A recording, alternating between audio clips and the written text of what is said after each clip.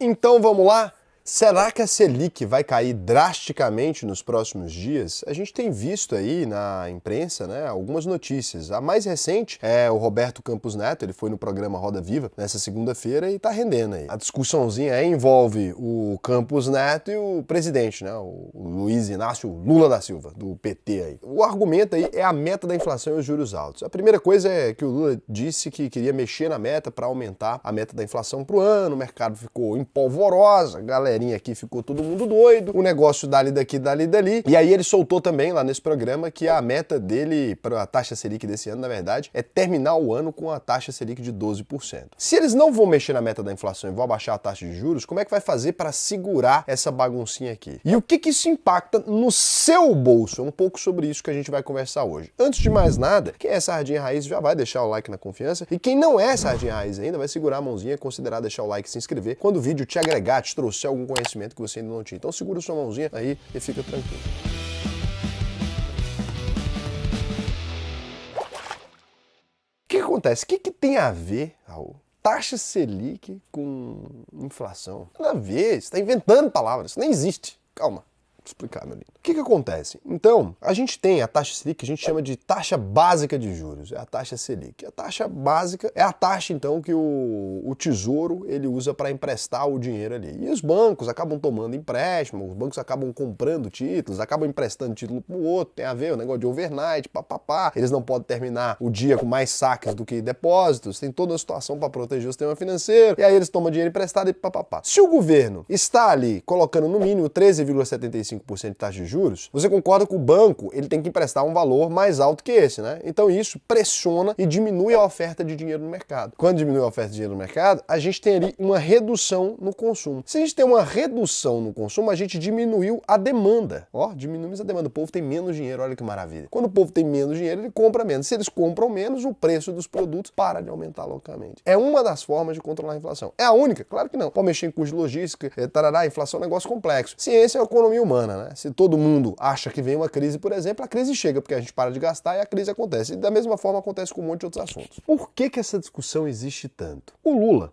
ele quer estimular a economia, ele quer mostrar as pessoas consumindo, ele quer ver ali a coisa acontecer, ele quer o consumo elevado. E a função do Banco Central ali é tentar impedir a inflação de subir demais. Esses dois interesses ficam muito difícil. É um falando assim, e o outro fazendo assim, rapaz, veja bem, não faz um agaste desse não. E aí tem toda a situação. Por exemplo, para você ver agora o tanto que o problema é complicado. Isso aqui é uma coisa que quando você vê, você fica assim, você tá brincando. O Brasil tem um orçamento. O orçamento que a gente chama de orçamento da União ali, geral. O que é o orçamento? Todo o dinheiro ali que o governo tem para gastar e todo o governo que ele tem para resolver os problemas. Quantos por cento do orçamento brasileiro você acha que vai para a segurança pública? Chega aí uns 15%? 0,27%. Quanto você acha que vai para, sei lá, saúde? Vou chutar mais baixo ali, uns 5 agora.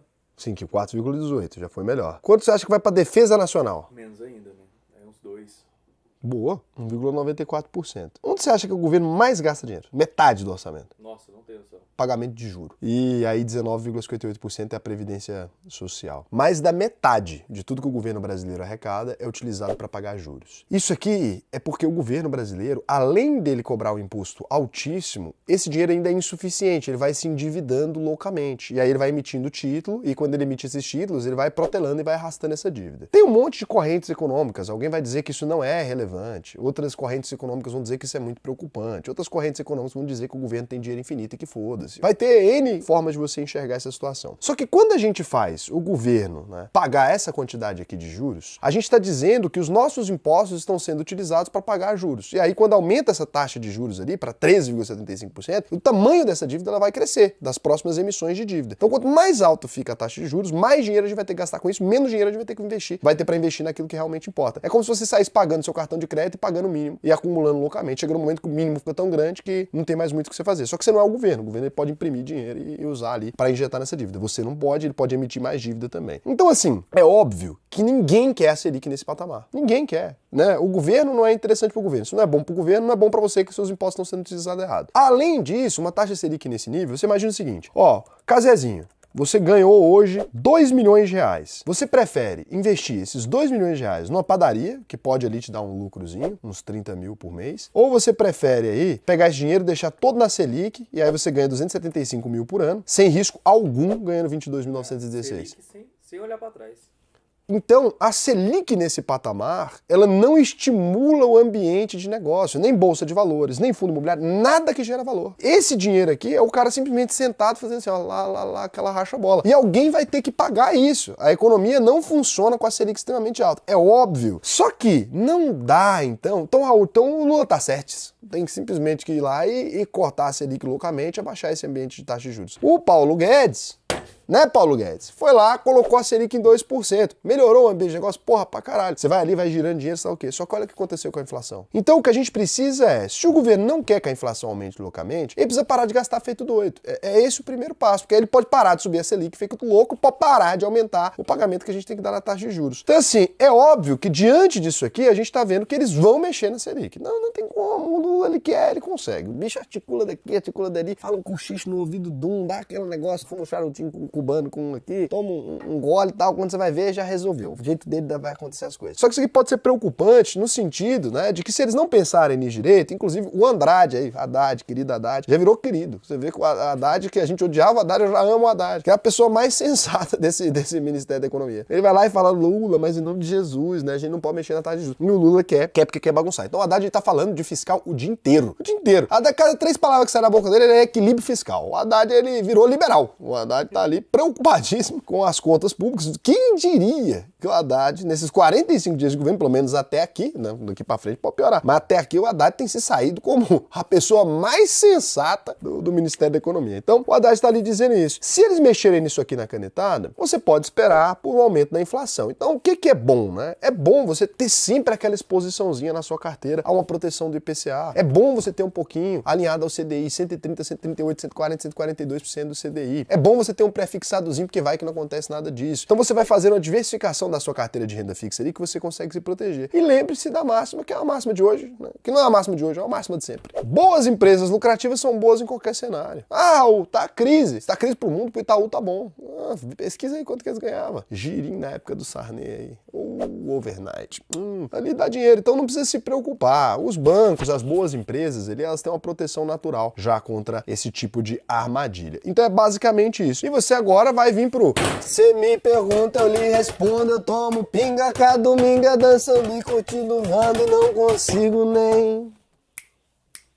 Então a gente vai responder aqui agora as dúvidas de vocês, que vocês enviaram nos próximos vídeos, ou simplesmente ler alguns comentários. O importante é o seguinte, comentou aqui, eu posso ler sua dúvida, tá? Então é simplesmente você comentar aí, eu leio aqui sua dúvida. Vocês estão mandando pouca dúvida, muito comentário. Não sei, tudo bem, é porque talvez eu explico tão bem que não gere dúvidas. O que eu acho difícil, mas pode ser que seja. Você falou que se a taxa da Selic estiver alta, a inflação fica alta também, é isso? Não, baixa, porque aumenta o custo do dinheiro. Imagina o seguinte, o banco te dava um limite lá de 6 mil de crédito. Para ele te dar esse limite de 6 mil de crédito, ele tá pagando lá um valor. Se a taxa de juros fica muito alta, ele vai tomar menos dinheiro para te emprestar, por exemplo. Mas não é só isso, não é só o cartão de crédito, só expliquei. Quanto maior a taxa de juros, você vai fazer um financiamento de imóvel. Tá o juro muito alto, você não vai conseguir pagar. Vai fazer um financiamento da geladeira, você não vai conseguir pagar. Não, mas aí eu não vou conseguir pegar esse dinheiro. Você não vai conseguir ter o dinheiro e não vai conseguir comprar o produto. Se você não consegue comprar o produto, diminui a demanda pelo produto, o preço tende a cair. Quando o arroz dá uma crise, todo mundo vai comprar arroz, o preço do arroz aumenta. Quando produz demais arroz, o preço do arroz abaixa, não é isso? Você só altera isso usando o dinheiro. O dinheiro também, você pode criar oferta e demanda. Perfeito, olha aí o Casé. Grande homem. Será que alguém fica pensando que é o Casemiro? Mas não é? Sérgio J. BB vai assumir o prejuízo dos tubarões que não conseguiram sair do Bitcoin. Anota a data e a hora que eu escrevi isso. KKKKK. Botou o chapéu de alumínio, né? E criou uma teoria da conspiração e se achou gênio. É incrível. Parabéns aí pro Sérgio J. O Top Shoes falou: você paga um boleto de imposto de 5 mil para o Banco Brasil, no outro dia o Bitcoin cai e ele recebeu 2 mil pela dívida. Eu morrer de rir. Se cair 50% de uma hora para outra seria engraçado. Mas a questão, não muito, pro Banco do Brasil. Mas a questão é que no geral não, eles fazem uma transação e no mesmo momento já pode ter um lastro ali em real, eles não precisam ficar segurando isso, né? Eles podem simplesmente aceitar o recebimento em reais, mas fazer a conversão. Então antes da gente ir aqui para a última pergunta, e essa é boa, o cara fez uma boa pergunta. Você pode vir aqui agora, abrir aqui, ó, reclame aqui. A única verdade possível. O que é isso, Raul? A única verdade possível é a minha escola de investimento. Você pode vir aqui. Reclamação por não ter do que reclamar. É a reclamação que a gente está tendo ali. RA verificada aqui. Nenhuma reclamação. Por quê? Porque é a melhor escola de investimentos do Brasil. Então é o seguinte, você pode se matricular na próxima turma da UVP, vai poder usar nosso sistema, vai poder participar da nossa comunidade, vai poder tirar suas dúvidas comigo. Eu e você na câmerazinha aqui, ó. Vou olhar na biloca dos seus olhos. À distância, claro, né? Se você quiser vir aqui olhar pessoalmente, pode. Mentira, vem não. Mas a gente vai olhar ali um do lado do outro, vamos trocar uma ideia, vou tirar suas dúvidas, vou contribuir com você nesse processo de crescimento. Mais de 100 aulas gravadas e mais de 8 aulas ao vivo ali. É um acompanhamento semanal, plantão de dúvida comigo mesmo toda semana. Tem gente aí que vende produto e bota outro para tirar dúvida. Já vi muito isso. Aí tem mais o que fazer. Às vezes a pessoa tá de férias também, quer dar uma zoada. Né? Não julgo. Vai que um dia eu quero fazer. Mas o meu, por enquanto, sou eu que respondo. E o negócio é o seguinte. A UVP não é mais do jeito que era antes, né? Tempo em tempo abre ali, pô, e aí você tem que ir. Não, agora você pode entrar a qualquer momento, mas tem que passar por um processo seletivo antes. Por quê? Porque se você for aprovado para a UVP, é a certeza que você tem de que a UVP é para você. Se não for, a gente mesmo vai te dizer. E é por isso que a gente consegue oferecer os 100% do dinheiro de volta, porque a gente não aceita qualquer aluno mais. Então a questão é fazer sua análise de perfil e vir para cá. Raul, vai ter algum produto que aceita todo mundo? Vai ter. Em breve a gente vai criar um produto mais barato ali. A gente colocou uma análise de todas as empresas viáveis da bolsa e a gente vai criar um mostrador para você saber no dia que tiver bom ponto de compra nelas ali, já ligado direto na nossa plataforma de investimento. Doideira, né? Caralho. Coisa do nosso time de tech aqui, misturado com o time de análise, virou uma doideira. Então, vai ser um produto legal. Vai ter depois. A UVP não. A UVP exige um processo seletivo mesmo, porque a gente não consegue atender todo mundo que quer participar da UVP e a gente escolhe os nossos clientes ali. Então, aqui agora a gente vai vir para última pergunta. Olha essa pergunta aqui. O Paulo Carvalho perguntou assim, falou: "Fala, Raul, como você e a sua equipe estão? Acompanho você há alguns meses e já é o meu canal preferido." Porra, acho que aqui... Canal preferido? Eu nunca tinha ouvido esse elogio. Eu tô emocionado, de verdade. O canal preferido dele é um canal de investimento. Nem meu canal preferido é meu canal. Mas é por conta de você. Nossa, eu gosto muito de você. Parabéns pelo conteúdo e trabalho. Continua assim. Muito obrigado, de verdade, Paulão. Foi massa isso aqui. Pergunta: eu sei que isso é impossível de acontecer, mas caso aconteça, como você acha que seria se as pessoas percebessem que em momentos de crise e incertezas são as melhores oportunidades para compra e não para venda? Desconsidere traders. Embora saiba que o motivo da volatilidade, a maior parte são por conta deles. Não vai acontecer, não tem como abstrair sobre isso. Imagina se todo mundo acordar amanhã e todo mundo ganhar uma jarra de ouro cada um, com todas as receitas e com 10 Bitcoin dentro, todo mundo ficar rico. Pois é, para que a gente vai imaginar isso? Não vai acontecer. Não tem uma preocupação. Nunca vai acontecer. A gente nem tem investidor suficiente no Brasil, tá bom, meu lindo? Eu não consigo fazer esse tipo de abstração. Imagina se a gente voasse. Não sei. Seria lindo, mas tem coisa que não dá. Tomara, se as pessoas soubessem isso, a gente ia ter menos empresas sendo negociadas, né? Provavelmente a gente não teria mais crises. Então não ia ter um momento de crise mais, a gente ia ter trocas ali, as pessoas só iam vender ações quando elas precisassem do dinheiro ou quando quisessem trocar por outras. É isso. Tem um conselho. Outro dia eu fui num bar, né? E percebi, coloquei um cronômetro e contei quantas vezes ali, fui fazer aquela paradinha, quantas vezes eu pegava no celular enquanto estava no bar ali. Cheguei na contagem de 82 vezes. Meu Deus.